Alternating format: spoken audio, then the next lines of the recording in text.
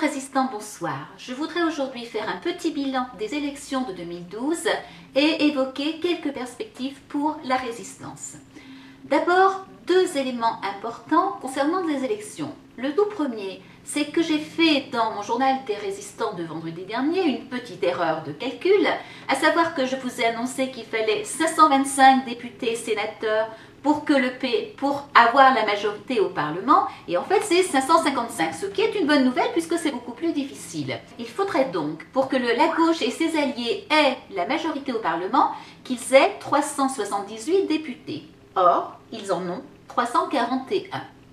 Il n'est donc absolument pas sûr qu'ils pourront faire voter la loi sur le droit de vote des étrangers, ni ratifier la charte européenne des langues minoritaires. Et ça, c'est une excellente nouvelle. Le PS et ses alliés ne sont donc absolument pas assurés de pouvoir faire voter le droit de vote des étrangers, de pouvoir faire ratifier la charte européenne des langues minoritaires et régionales.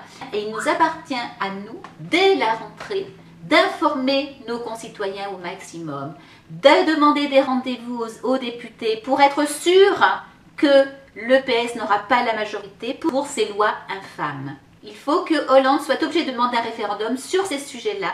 Nous sommes d'ailleurs en train de réfléchir à un tract sur le droit de vote des étrangers pour résistance républicaine. La deuxième remarque concerne notre Constitution.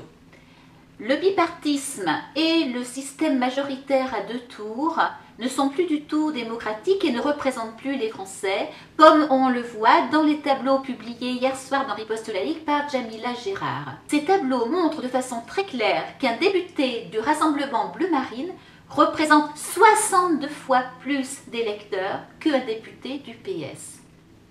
Autrement dit, pour qu'un député du Rassemblement Bleu Marine soit élu, il lui faut 62 fois plus d'électeurs qu'un député du PS. C'est ainsi que si on avait la proportionnelle, on aurait 78 députés et non 2 pour le Rassemblement Bleu Marine.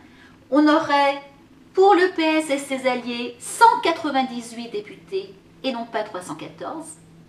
Et pour l'UMP, on aurait 199 députés au lieu de 229. D'ailleurs, ces chiffres sont clairs. Vous voyez que l'UMP est vainqueur. Et effectivement, sur le papier, en nombre de voix, la France est du côté de l'UMP. La France a donné la majorité à l'UMP et non pas au PS. L'UMP au premier tour avait 34,7% des voix, le PS 34,4%. Au second tour, l'UMP a 34,66% des voix, le PS 34,40%. Pourtant, c'est le PS qui récolte la mise avec 54,42% des députés contre 39,69% pour l'UMP. Il est clair que les Français ne sont plus du tout représentés. Il est clair que les choix des Français ne sont plus du tout entérinés. Bref, si on ajoute à cela le très fort taux d'abstention, on se rend compte que nous avons un président élu avec 32% des électeurs inscrits et une Assemblée nationale où les députés PS et leurs alliés ont la majorité avec moins de 20% des Français inscrits sur les listes électorales. Alors, de là à dire que Hollande et le PS ont été élus démocratiquement, mais sont-ils légitimes? Il n'y a qu'un pas que l'on pourrait franchir allègrement. Pourtant, cela n'empêche pas Aubry de pavoiser et de dire le peuple français a demandé le changement, a demandé « veut nos valeurs ». Nos valeurs sikh. Quand on voit que 93% des musulmans ont voté pour Hollande, on peut s'interroger.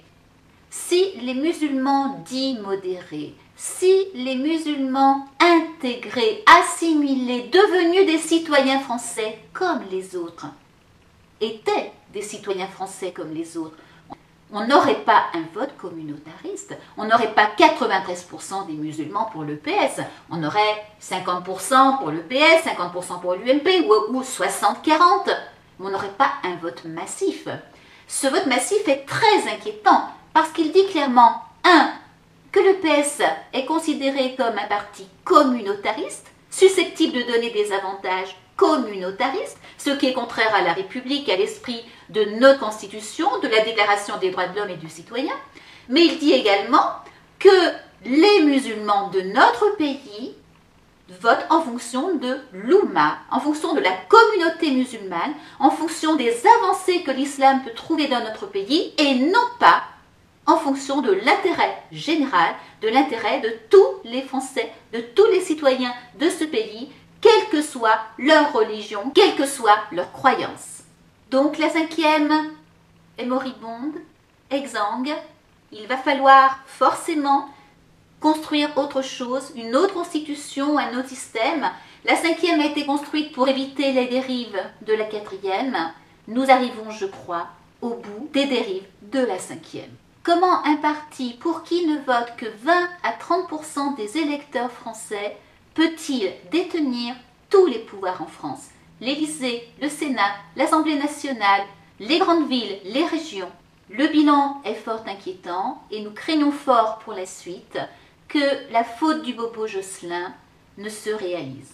Il va donc être nécessaire d'organiser la résistance républicaine. Il va falloir rassembler de plus en plus de républicains patriotes dans un front des républicains patriotes que nous avons lancé, Résistance républicaine, Minium Résistance et moi-même, juste avant le second tour, afin que tout se lève, quels que soient les clivages traditionnels de gauche-droite qui n'ont plus aucun sens, et s'opposer à ce qui est en train de se passer, qui est la disparition de la France. Nous avons lancé des pistes de travail pour résistance républicaine lors de notre assemblée générale du 2 juin à Vannes. Nous allons essayer de les approfondir, de les développer, de travailler là-dessus pendant l'été. Nous devons effectivement passer à l'offensive partout. C'est pourquoi le journal des résistants sera en pause jusqu'au 3 septembre où je vous retrouverai. Merci à tous ceux qui m'ont aidé, qui m'ont encouragé. Depuis le 31 décembre, donc en moins de 6 mois, le journal des résistants vous a proposé plus de 90 vidéos avec bien sûr des tas de défauts, techniques ou autres. C'est de l'amateurisme pur, j'en suis consciente, je vous prie de m'en excuser, mais je n'ai pas d'autre solution, je ne sais pas faire autrement et je n'ai pas le temps de faire un stage de monteuse pendant un an. Néanmoins, malgré toutes leurs imperfections, dans ces 90 vidéos, il y en a un certain nombre qui peuvent servir, je crois, de bibliothèque d'information, d'argumentation sur tout un tas de sujets essentiels pour la France et pour la résistance. À la rentrée, le journal des résistants continuera, peut-être sous une autre forme, avec d'autres objectifs, avec une autre périodicité, je ne sais pas encore, tout est possible. Passez un bel été, prenez des forces, la lutte sera difficile. Je finirai tout de même par une belle phrase de Gilbert Collard hier soir. Les communautés issues de l'immigration ont leur place dans la patrie si elles respectent la patrie. C'est un beau programme. Mais il nous appartient à nous de commencer par demander à nos élus de respecter eux-mêmes la patrie. C'est à nous de la faire respecter. Vive la République, vive la France.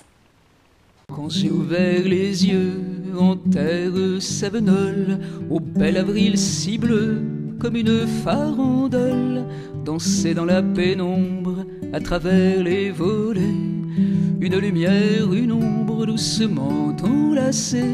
Ma France en ma mémoire, j'ai ta photographie qui mêle mon histoire à ta géographie. Ma France en ma mémoire, j'ai ta photographie qui mêle mon histoire à ta géographie.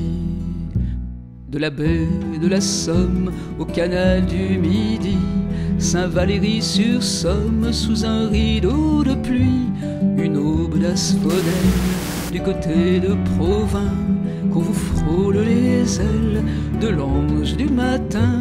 Ma France en ma mémoire, j'ai ta photographie qui mêle mon histoire à ta géographie. Ma France en ma mémoire, j'ai ta photographie qui mêle mon histoire à ta géographie. l'ombre des grands platanes à Uzès si jolie, italienne occitane à la plaine d'Ombrie, vézelée en automne, sainte de tes remparts, Bénodet la Bretonne, dans la douceur du soir, ma France en ma mémoire, j'ai ta photographie qui mêle mon histoire à ta géographie. Ma France en ma mémoire, j'ai ta photographie qui mêle mon histoire à ta géographie. Le marais Poitevin sous une voûte verte, où file un ragondin sous la conche déserte, la lande des Calgrins, poignante et solitaire, au bout du Cotentin où s'arrête la terre. Ma France en ma mémoire, j'ai ta photographie qui mêle mon histoire à ta géographie.